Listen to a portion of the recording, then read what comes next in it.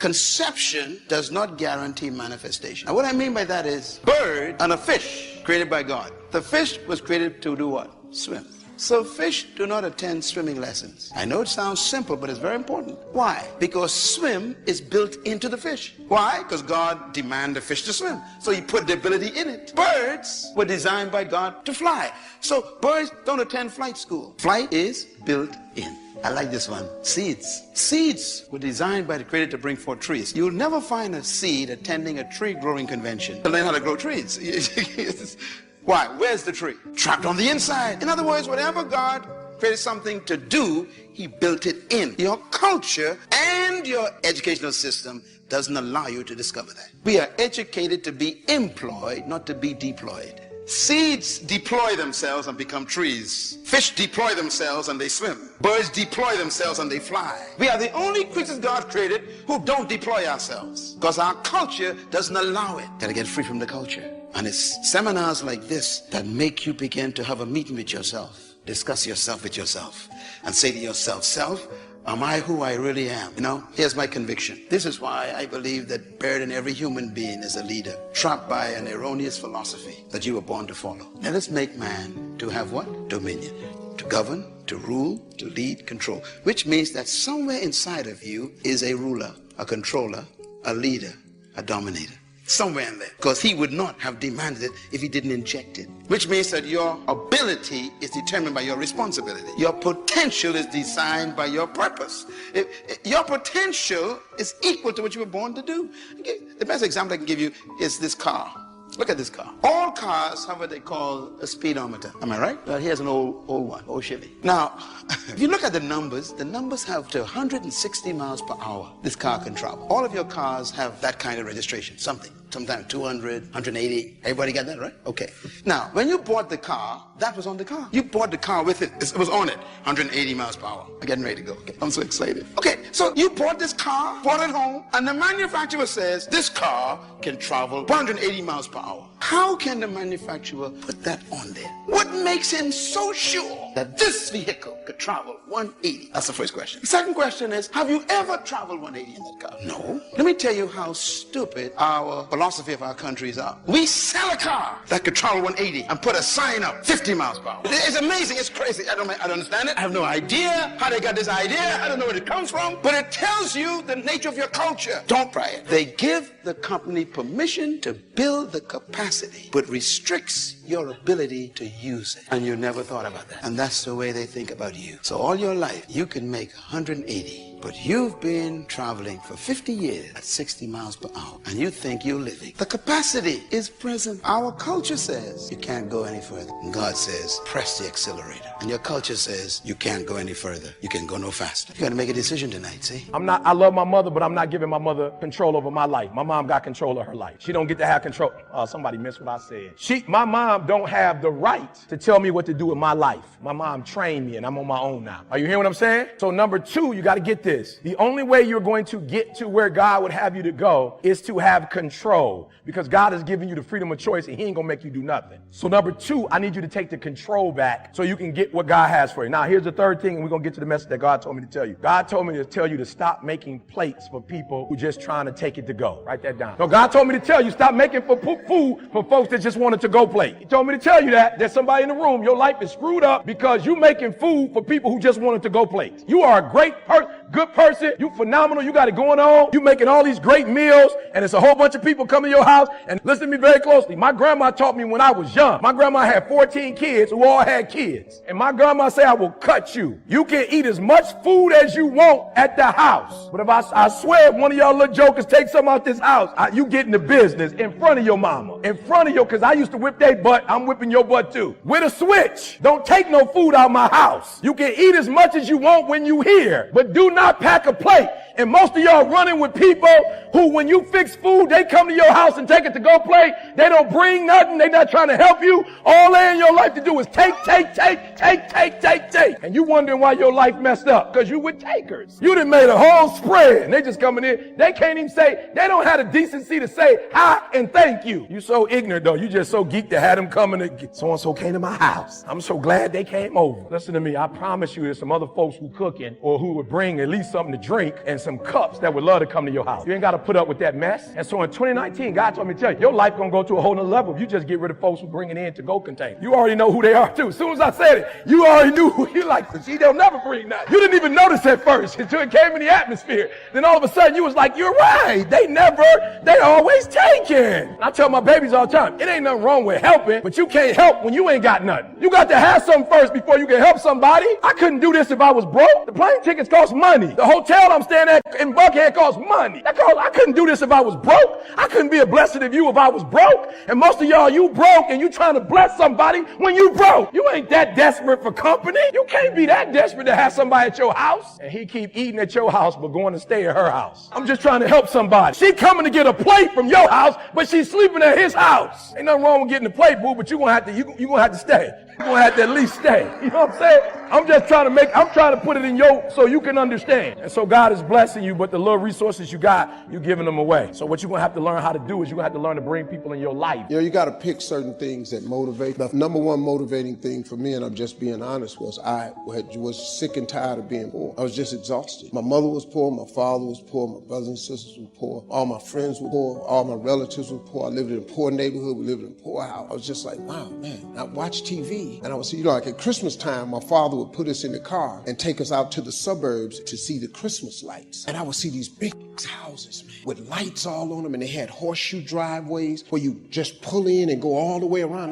That was amazing to me. You know, we would pull up in the driveway, got a back out. You know, I've been doing that. And I kept saying, I told my father, I said, Dad, I said, why don't we get one of these houses? He said, boy, I ain't got no money for this kind of house. He said, but if you work hard, keep going to church like your mama say, you can make some money, you can buy you one of these houses. That was it. My motivation was to buy a big house so I could put up Christmas lights and drive in the driveway. And I'm going to tell you something. Every home I have, every house I've ever owned or built, you got to pull in one way and drive all the way around to come out there. I have never built, lived, or owned a home that did not have that driveway with gates on both sides. Never. That was the biggest motivating. So my advice is you have to find a dream that's so big that it overwhelms all of your fears and causes you to never give up. Now, you're going to think about quitting no matter what you do. I mean, I've thought about it many times, but I always just kept thinking about that house. And I always dreamed of buying my mother and father a real house. And, you know, and before they died, I was able to do all of that. Life can be brutal. Life can be unforgiving. If I had to sum up in one word the difference between the greats and the average, the difference between the successful and the nobodies of the world, one word, one attribute to describe the difference: discipline. If you don't have the discipline, you can forget about the trophy. You can forget about the success, the greatness. All champions have discipline. It's the discipline to work hard. You know, not when everyone is watching, but when no one is watching. When the fans aren't there. When the coach isn't there. When it's just you and your character. The discipline to eat strong, healthy foods when you have other tempting options. When those around you might not be so strong. The discipline to say no when those around you choose to be average.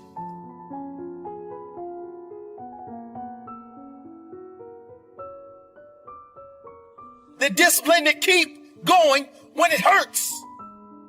Because life doesn't give you what you want. It gives you what you deserve. And if you haven't worked for it, if you haven't sacrificed for it, if you haven't given your all, then you don't deserve it. And you won't get it. Push through the pain. On the other side is growth. When pain comes, that means it's time to show character. Show me your character. Remain disciplined. Stay strong. When it all seems hopeless, keep plugging away. Nothing can stop you if you don't stop for anything. Don't stop.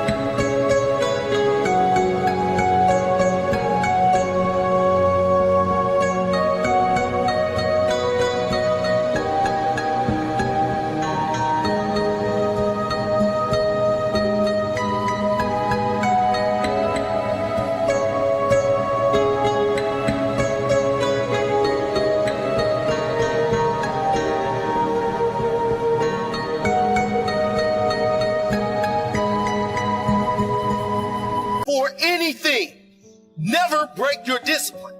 Remain faithful to yourself and your vision.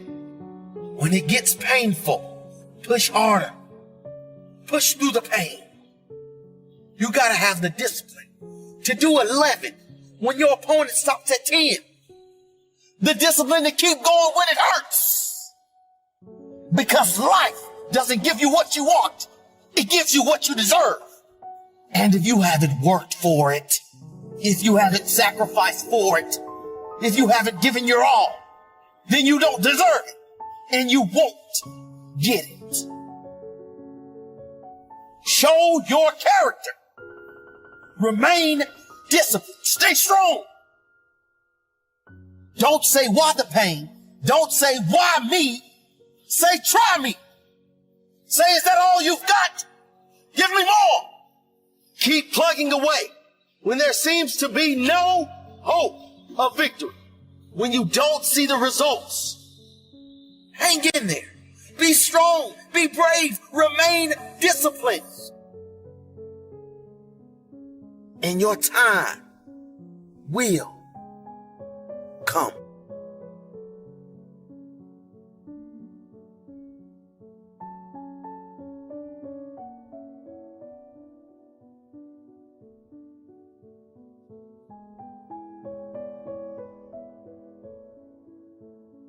So what is an extraordinary quality of life? What would a magnificent life be?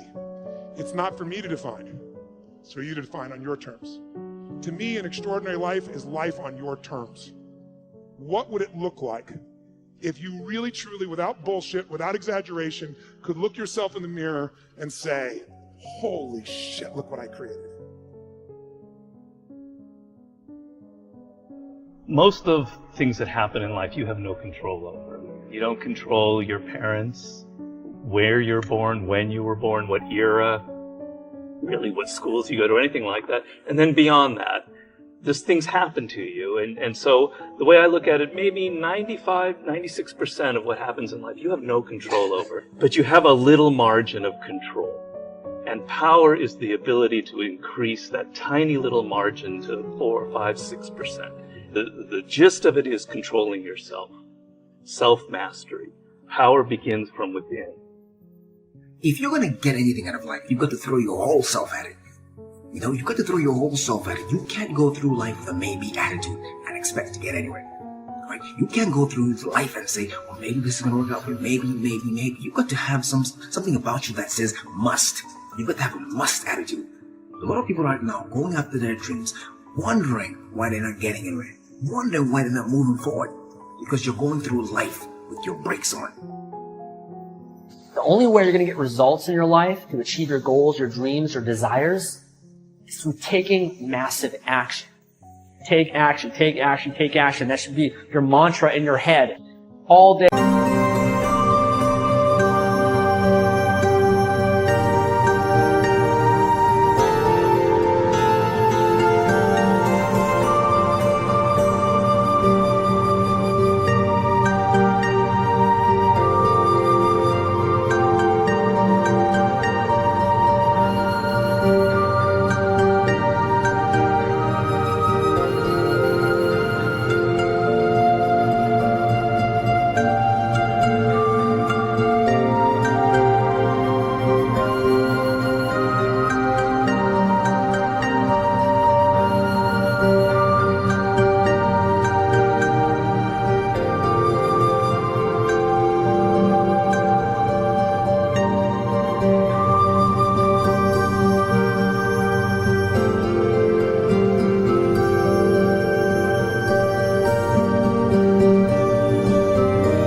All throughout the day, all throughout the week, all throughout the month. You do that, you take massive, massive action, and see what's going to happen in your life. Your life's going to change. You can make the commitment to your life that you don't like the results that you have and that you're going to do something about it. See, that power is available to all of us. Today I begin a new life. Today I shed my old skin, which hath too long suffered the bruises of failure and the wounds of mediocrity. Today I am born anew, and my birthplace is a vineyard where there is fruit for all.